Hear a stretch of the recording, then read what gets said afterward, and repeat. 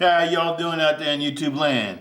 Happy holidays. Got 12 days, huh? About 12 days. What's the day? Oh, no, today's the 13th. Oh, okay. Okay, Tuesday the 13th. Well, ho, ho, ho. Hope everybody's doing good out there. Hope everybody's doing good out there. I'm making this video for Hungry Bird. Hungry Bird asked me about Spydercos and Hogues, in particular the Hogue X5. And so I decided we're going to do a video. We're going to take one of these apart because they're different from other Plunge-Lock knives. This knife was designed by Alan Elshwitz. He was a recon Marine and practiced martial arts ever since he was a little kid. And he makes his own custom knives and stuff like that. You go to his website, check it out. And check him out, and he's a really talented young knife maker, or not really young anymore, but young to me, I guess. But talented knife maker, and I've always liked his knives. And these were like the first, I don't know, pretty much the first. I want to say they're. No, I had some other American-made tactical folders first. But these are the first ones I had that were plunge locks were Alan Elshwitz knives. That I could say for sure. Because I also had like some Benchmade black class knives before I had these. And the old Recats. And oh, here we go. Jenna's joining us. Round eye knife and tool knives. I used to have the Sifus. I had several Sifus until I found out the lock didn't work right. And so I sold them all. Yeah, because they were very expensive knives. They were like a mega folder from back in the day. Had sort of like an Axis style lock. Okay, sweetie, you gotta get down, kiddo. You just try and take over the show. You just like to watch yourself on YouTube. I know what you're doing. You're not fooling me. You just like to watch yourself on YouTube. Yeah, that's right. Okay, kiddo. Well, you gotta get down. You'll see yourself later when we edit the video. Okay, kiddo. That's my Juju. That's my baby. That's my baby. Yes, she is. That's my baby. Okay. So I just want to go over these knives. These are my favorite Spydercos. And this is my favorite model of the Hogue is the X5. But as you can see, these are different ones from the last ones I've showed you because I have a lot of X5 Hogues. As y'all know, when there's something I really like, I usually get a lot of them. And all of these I got in pairs. Like I got 2 green ones, 2 black ones, I got 3 Harley ones, and what else do I have? I have 2 black ones also. 2 black ones also. Like these. Only you saw the other one the other day. But anyway, let's get into these. But and this is the other one that you haven't seen. I forgot to bring out the other day. The other button plunge lock folder that I like from Hogue is my micro flip. I've carried this one a lot. You can see it's got a lot of pocket wear on this one. Because you all know that I always like to carry like 2 knives usually. And one knife I'll carry be like a small one like this I can pull out in front of other people without freaking them out. Something nice and small. That just for your little utility folder. That's the purpose of this. But anyway, let's get into these. So since I started with this one, this is the micro flip. I think it's like a 2.75 inch blade or something like that. 2 3/4. Let's measure it out real quick. I can't remember. You have 2 3/4, 2.75. The total length of it is 6.5 inches. 6.5 inches. But this is just a little knife, nice little utility knife, and it has a CPM 154 blade. All my Hogues are Elshwitz design Hogues.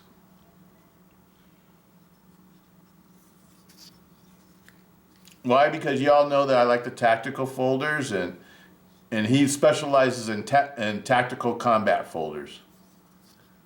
That's Elshwitz. That's what Alan Elshwitz likes to you know, like what he considers himself to be a type of knife maker is for tactical folders. Okay, the next one up.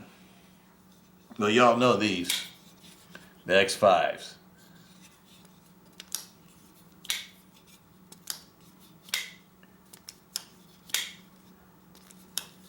I love these. This is my first. This is my first Plunge-Lock experience were the X5s. Not the X5s. I mean the EX01s was my first one. Then the X5s was next. Well, I just decided I like this design better because I like the way it has the big flipper that protects your hand if the lock gets out. What made me want to do that is after I watched a lock strength test between a cold steel knife and the EX01, the first one I got. And I think it was a model with the G-Mascus handles when that one first came out.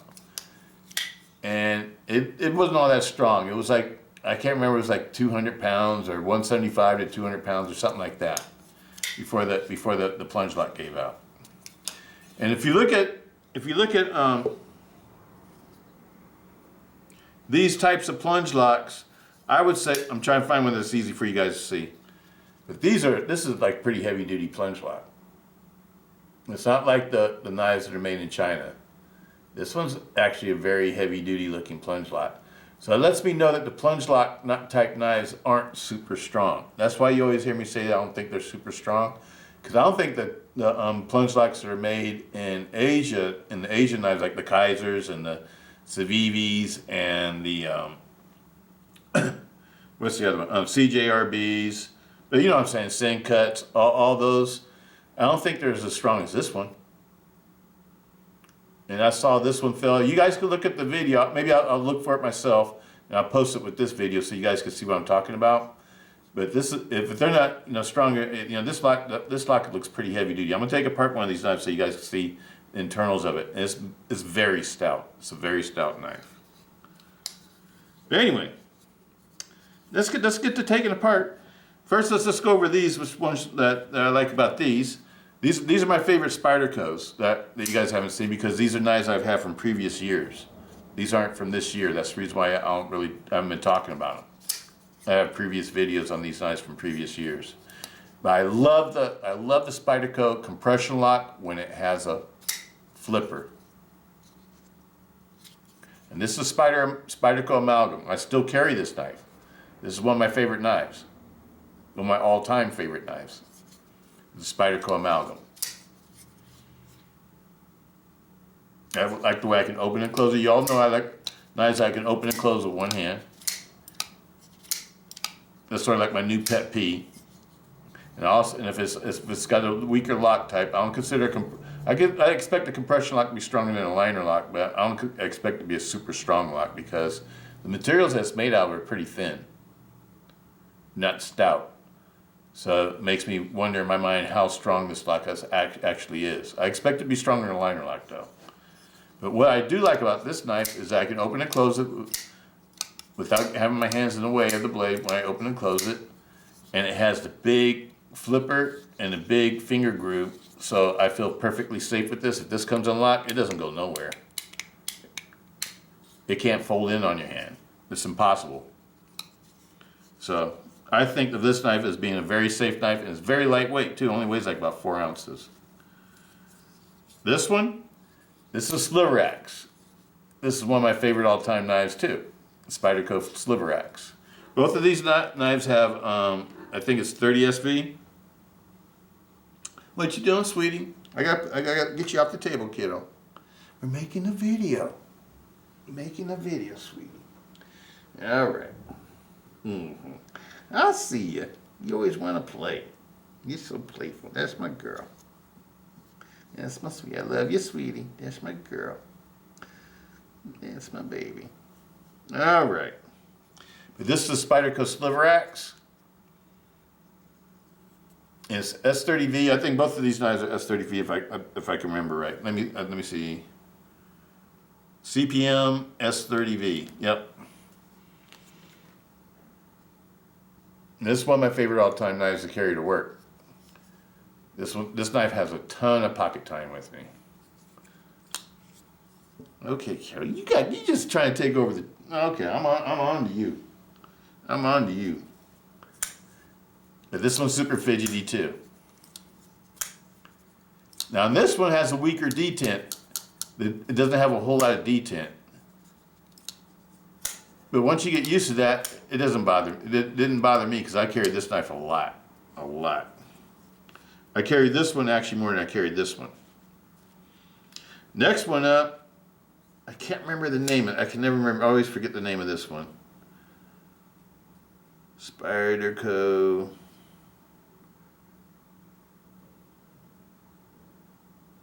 God, I can't remember the name of it. I'm going blank on it, people. I'm sorry.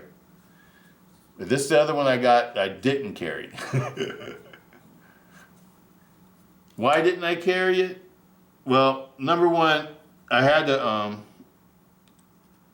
dull the blade right here because the blade stuck up to where I put my finger at. And this is part of the blade right here. And it was sharpened all the way back. And so I had to dull part of it. The action on this is actually really nice. The action is really nice on it. But it just bugged me that I had to do that. So you can see the way where it's dull maybe. And I carried it for a while, and I don't know, I don't know. I like it. I think it's cool looking and stuff like that. And this one has like the Emerson Wave thing on it. And you got it's a real safe knife. Your fingers fit in really in a good position in the grip. But I don't know, it just sort of turned me off that I had to do that. And it's sort of like, why did they make it with the blade like that? They should have made like a finger groove or sharpening or a finger choil or something. Because I think it'd be better if they would have just put a finger choil right here, and so then when you close it, that part of the blade wouldn't be right there, and you'd also have an extra place to grip. Because to me, with having the blade sharp all the way back here, it's not really usable anyway because it's dangerous. I don't know. Anyway, other than that, I like the knife. It's got polished G10 handle scales. Fairly long blade. I can't remember. I think it's like a 4-inch blade or something like that. And that one is S30V also. Yep, S30V. But I still like it though. I still like it. I just don't like it as much as these. These two right here are my favorites. This one right here, y'all seen the one I've carried a lot. This is the other one I have. This is the new one that I've never used. And this is the Manix 2 XL. I absolutely love these. I pretty much almost wore out the other one. But I absolutely love these. These are excellent knives. Only thing that I had to do with mine is change the ball bearing cage. This one I'm leaving stock because this is my collector. But the other one I changed the ball bearing cage on it with a fly titanium ball cage. And that's what I would suggest everybody does on theirs. I don't know, you don't have to, I guess, but me myself, I like having the titanium ball cage as opposed to a plastic one. I think not only looks better, I think it adds more strength to the actual locking mechanism. Better than that, beautiful knife, beautiful knife. I love the grip on these. I love the size of it. I like the size of the blade. These knives are excellent slicers. This is like an excellent work knife for me. Absolutely love them. Now the knife that Hungry Bird was interested in, that was a Spyderco, was a Yojimbo. I don't have one of those. But I have looked at them, but the reason why I haven't bought one is because it doesn't have a flipper.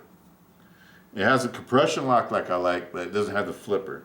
But other than that, I think the knife is really cool, and it's made by a knife fighter or a person who specializes in knife fighting and training self-defense tactics with knives and stuff like that. I think that's pretty cool. So that's a really cool knife. The other knife that I have from Spyderco that I thought was really cool too, that I carried for a little bit, is the Power-Lock.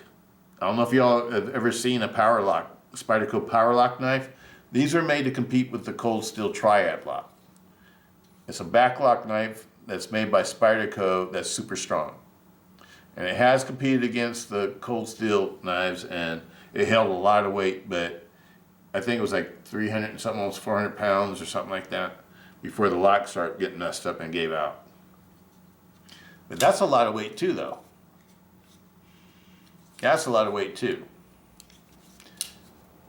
These knives, when you first get them, though, they're super stiff. And I think that's probably one reason why they haven't been that popular. Because when you first get them, they're like a two-hand knife. This one's been carried and used, and also it's a knife that's made by designed by James A. Keating. He has a whole knife fighting technique around this knife. And this is what the Chinook, I want to say it's a Chinook. But the reverse grip on this is so comfortable. And I think this is the grip that this knife is meant to be used in most of the time. And the handle is handle heavy. So there's the balancing point right there.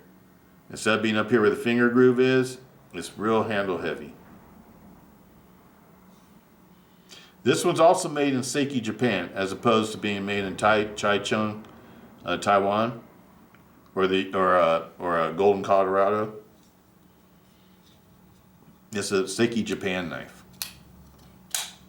Absolutely love it though. It's a beautiful knife. And y'all know I like them crazy looking Persian blades.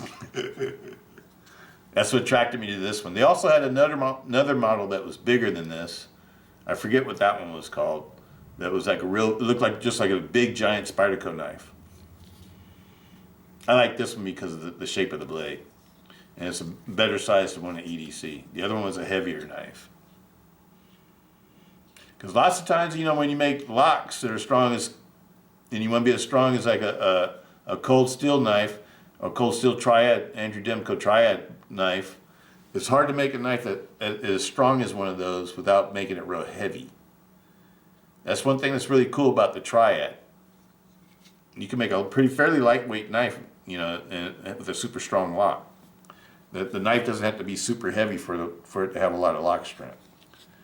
That's one thing that people I don't think really pay attention to with the triad.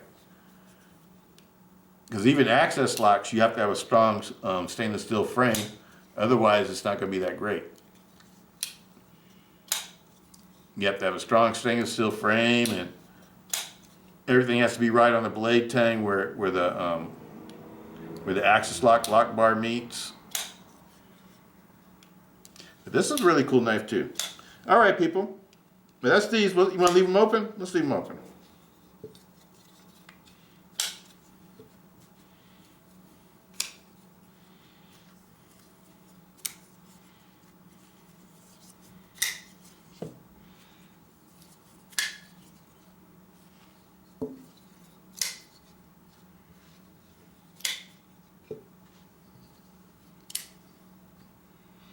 All right, and this one we're going to pull apart real quick.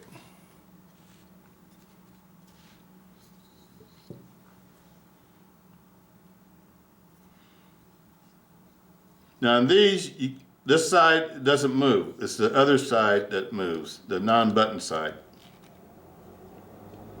I'm going to do this one. Okay.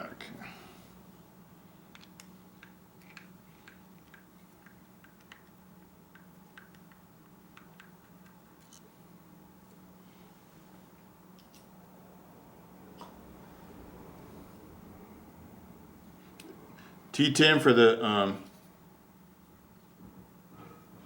the main screws.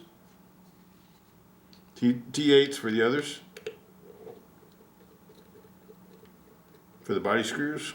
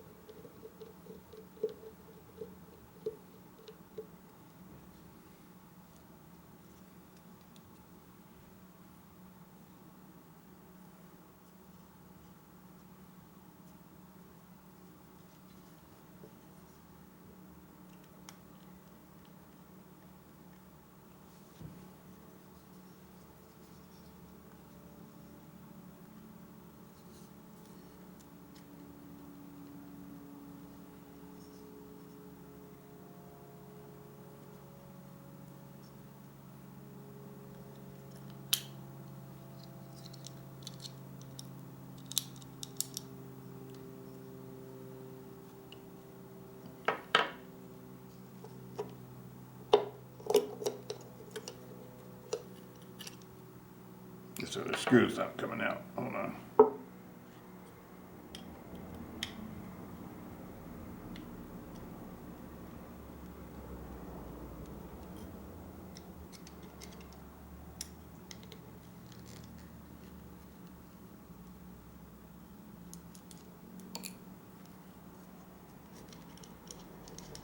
One screw is giving me a little trouble here.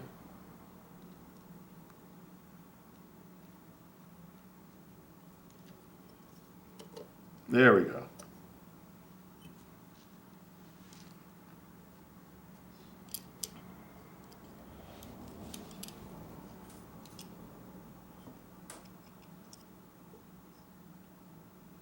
But what I wanted to show you was that what makes this a lot different is it doesn't have any bushings, bearings, washers, or anything.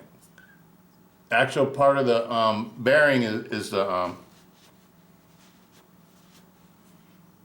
scale, or the frame of the knife, which is aluminum, 6061 aluminum. There's your washer right there.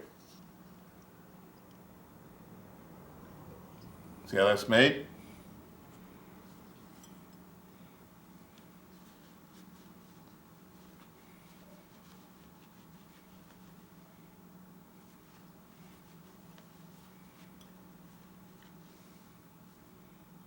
Here's what the blade looks like. Nice and thick too. This is a thick blade. This is not a thin blade.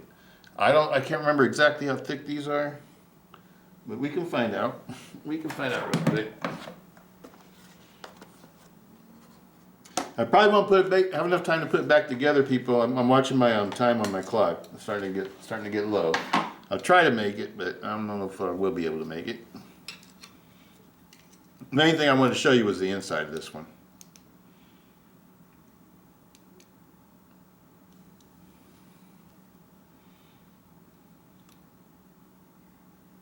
.77 or 3.8 millimeter. So it's a 3.8 millimeter blade. The thickness of the handle scales is 5 millimeters. It's 5 millimeters thick. The scales is the frame also. See how that's made? This is the locking mechanism that slides forward onto the plunger that keeps it from coming. See how it works? This is a very well made knife. This is your D10 ball right here. Very excellently made knife. And these are durable. I've carried them for a long time. And they don't fall apart. Now, one thing about these though, when you first get them, they're hard to get apart. And you gotta know which screw to take apart because the other one doesn't want to come apart. Or doesn't turn, I mean. So only one side comes apart, and it's the non. See how this side is still in there, where the pivot is? That doesn't remove. At least I've never removed one. I don't know if it can be removed. I know it looks like it's pressed in there. That's what it looks like to me. So it's a super, super tight fit. And that's why the pivots don't come loose. That's the way that's made. So there's really nothing to worry about falling out and falling apart or anything on this knife. It's just like, it's pretty basic. It's like very easy to take apart and put together.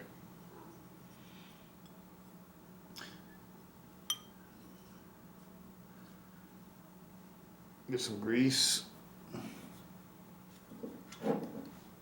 Don't jump up on the table, sweetie. I'm watching you. Don't jump up on the table.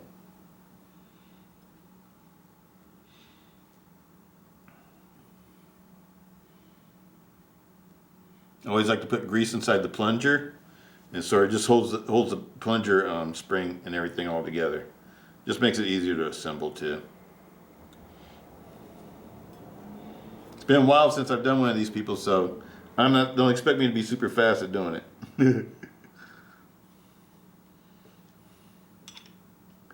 Okay. I like to grease the Grease this part all up. Because remember, there's no bearing or nothing in here, so I like having some lube in here.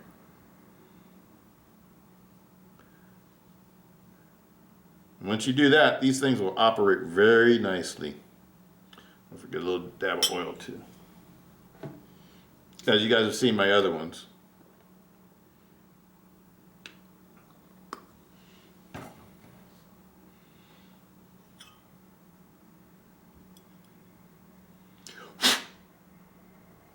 Got a little bit of grease inside the...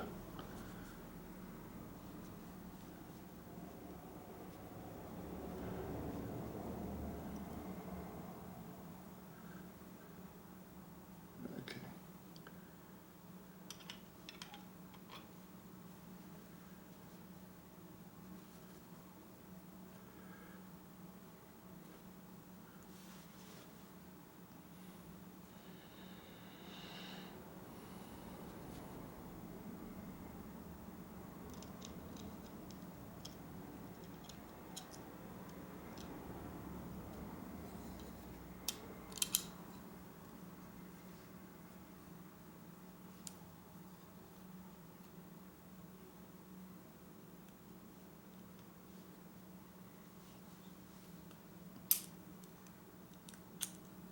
There we go.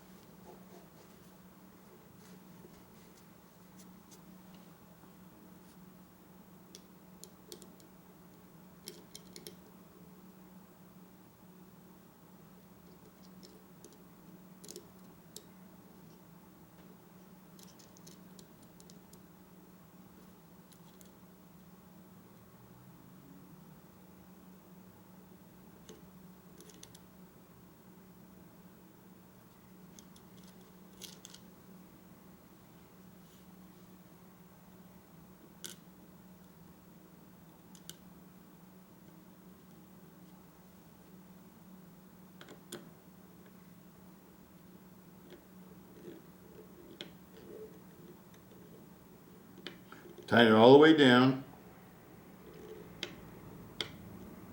And I like to back it off a little bit. Almost like a half a turn. Flip it over, do the other side.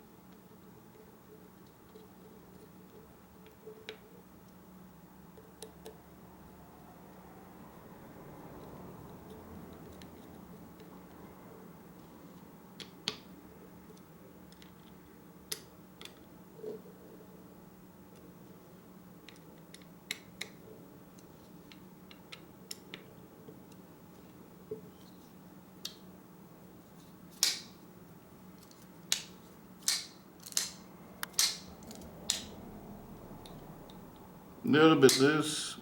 Yeah, a little bit loose.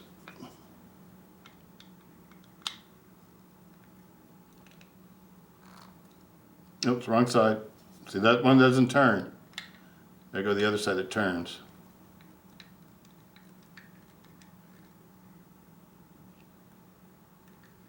All the way down and back it off just a little bit. On these, you want just a slight bit of side by side. Because when you do it all the way down where you don't have any side by side, like right by here, a little bit, actually a little bit further, like that. When you go to release the button, it doesn't want to do anything. because you're just smashing the blade at that point. So what you need to do is just give it, this one you have to give it a little bit of play. Remember, you don't have any bearings or anything in here.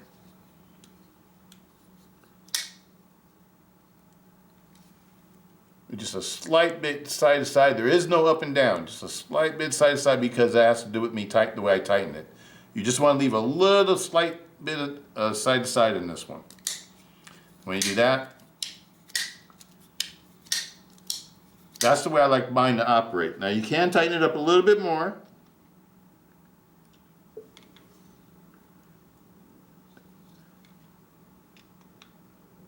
Right about here. And that's about the last place you could probably go before the blade will come down.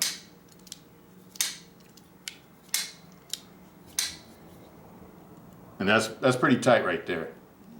That right there is pretty tight. Now these are beautiful knives. I highly recommend them.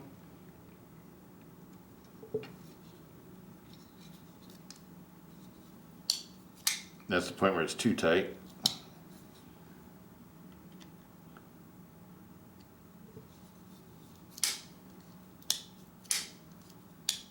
Still too tight.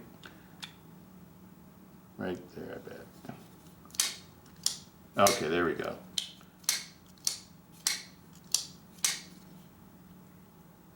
Yeah, that's awesome. Awesome blade. This is one of my favorite knives, the Hogue X5.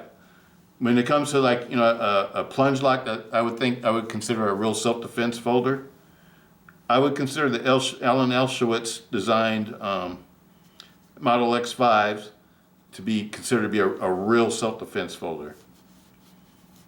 He's a martial artist and a Marine. You know, he used to lead a recon patrol. He spent most of his time in Asia. He's from Texas. He's in Texas now.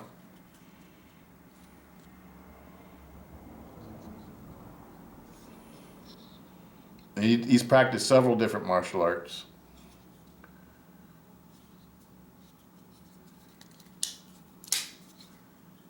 Absolutely love this knife. And this knife in reverse grip is awesome. And forward grip. Now this grip, though, you know, it's aluminum grip, so it's you know, right here in certain grips you will feel it, but that, you know, it like plants your fingers in certain positions. So like.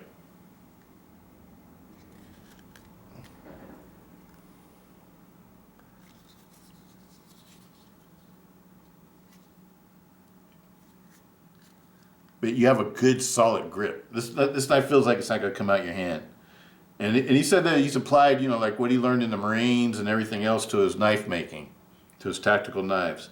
So, I don't know, I think everybody, you know, if you haven't already been into Alan Dershowitz designs, and he's designed knives for a lot of different knife companies, but the ones that are from Hogue, to me, are the ones that are outstanding. Because Hogue does a really nice job on their knives. This is CPM 154. And it has polished edges. That's the way it comes from Hogue. All right, people. Like I ended here, I'm going to put this one out tonight.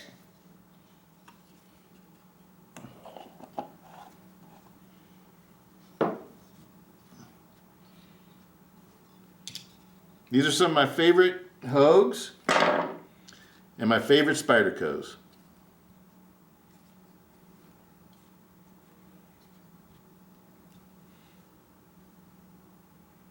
Which one I think is better than the other? Because that's sort of the question I was asked. I don't think either one's better than the other.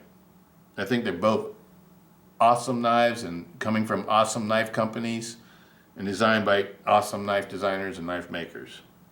So I would equally recommend any of these knives. I think they're all great knives. I think they're all safe to use. I think they're all great for not only just as a utility, as a self-defense utility, everyday carry folder, SDU, EDC. I think these are great for, you know, everything. You know, all these knives are, you know, you can actually, you know, carry and use them for everything. I used to carry this one right here all the time. This one and my Harley one are the two ones I really carried all the time. I carry this one sometimes too, along with the black one that I showed you. But I love the Hogues. These I got to be collectors. These have never been carried. The only black one that I carried is my Harley one. These knives are excellent. And there's nothing to fall apart on them. There's nothing that, you know, to get messed up or to wear out or to fall apart. They're made to be extremely durable. And I know you saw me take a long time to take that one apart and put it together. But you gotta remember though, I've been using other knives since I've had these. I've had these for a long time. I don't know how many years. I've had them for a long time. I've done videos on them when I first bought them, you know, like unboxing videos and things like that. So I don't know if you guys can find them or whatever, if you're interested, but I absolutely love the Hogues. The Hogues are one of my all-time favorite. I still carry the Harley Hogue. I still carry the Harley Hogue. All right, people. That's about it for today. Today's Tuesday, December 13th. Ho, ho, ho. Get ready for Christmas. Get your presents and packages ready. Get everything mailed out. You only got what, about a week and a half or something like that until ho, ho, ho time? Peace out. Stiletto.